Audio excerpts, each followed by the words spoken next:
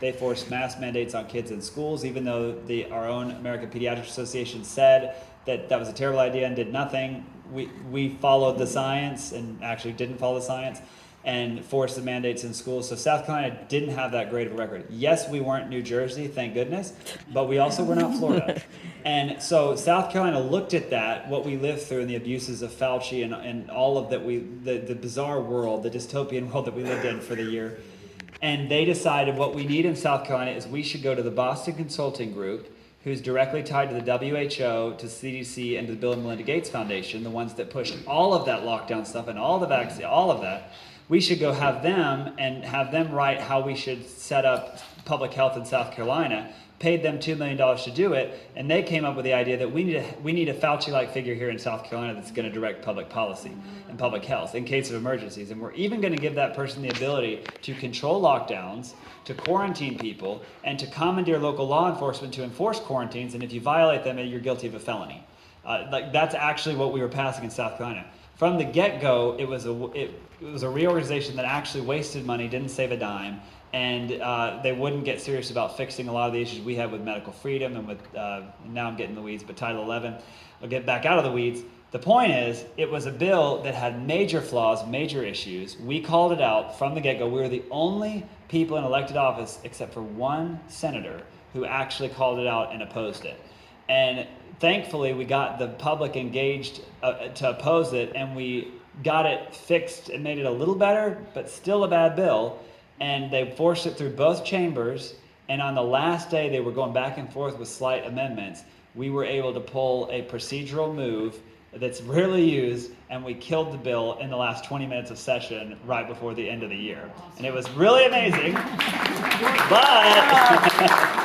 don't clap too hard, but because now they're all like, no, we've got to have the health zone, we got to bring us back. And this is the most frustrating thing. I will just say this one thing about our governor. He's good on some issues, he's bad on some issues. He never brought us back to deal with the emergency powers. We asked over and over again during COVID, bring the legislature back and let us deal with a lot of the abuses of what's happening. Never brought us back to special session. But now he wants to bring us back to special session when we've adjourned for the year to resurrect the health czar bill. If that is not the height of irony and everything wrong, and why is that? Because the medical community and the industry, which is the biggest game in politics in the lobby, they want this bill, and that's why it's such a huge priority for people. And I'm going to oppose it. I'm going to either make it as good as possible or outright oppose it and try to kill it. And I'm hoping that we can stop it and force it to go. What they need to do is they need to go back to the drawing board, can the Boston Consulting Group's recommendations, figure out what's best for South Carolina, actually cut wasteful jobs and consolidate and restrict the power so that we don't ever have what happened in 2020 happen here in South Carolina again. That's what I want to see. So, but I'm also leaving the House, so I'll be throwing my influence around as I can, but I won't have a vote on it. That's a double-edged sword, right? What? We got a good guy that's going to be leaving. Yeah. Right. Spot. So who are you mentoring? Who are you? Yeah, I have a great guy running in my district. There's two people running my district. There's a guy that's going to join the Freedom Caucus. So when I got there were pretty much 3 conservatives that would vote kind of together, and you'd have like a smattering of 4 or 5 others that would join on different issues.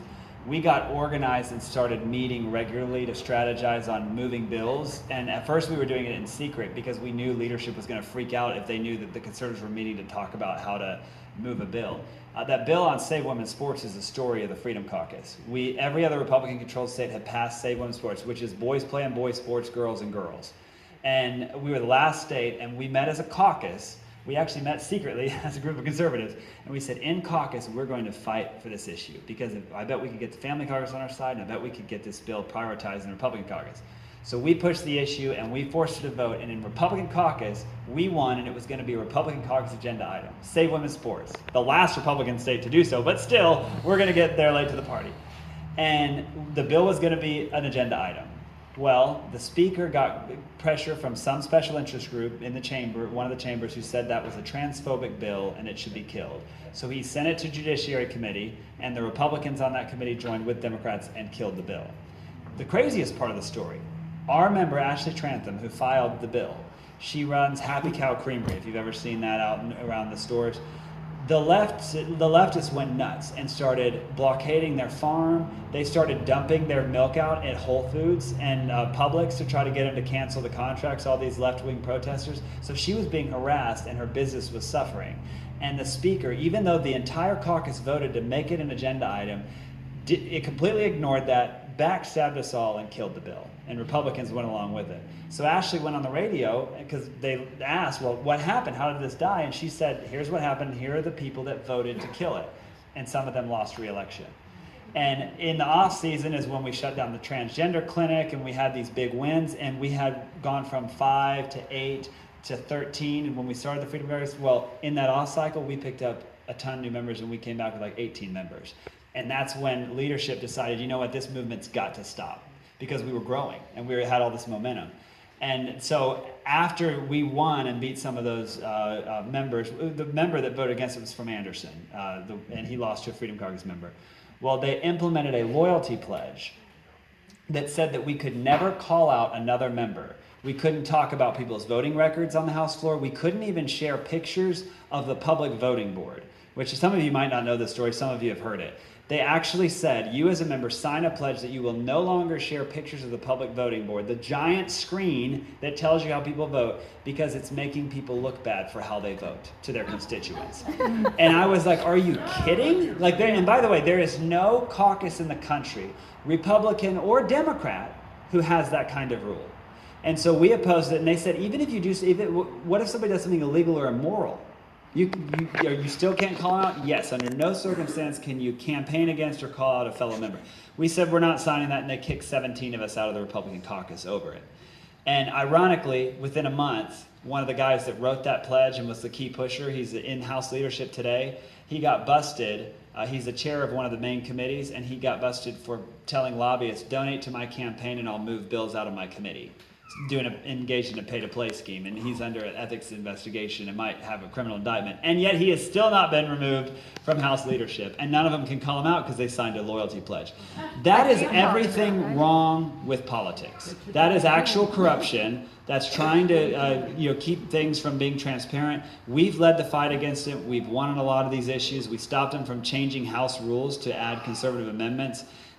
Like I said, that's my track record. And fact check me on all of this. You can Google all of this and find all the stories about what we've done as a Freedom Caucus.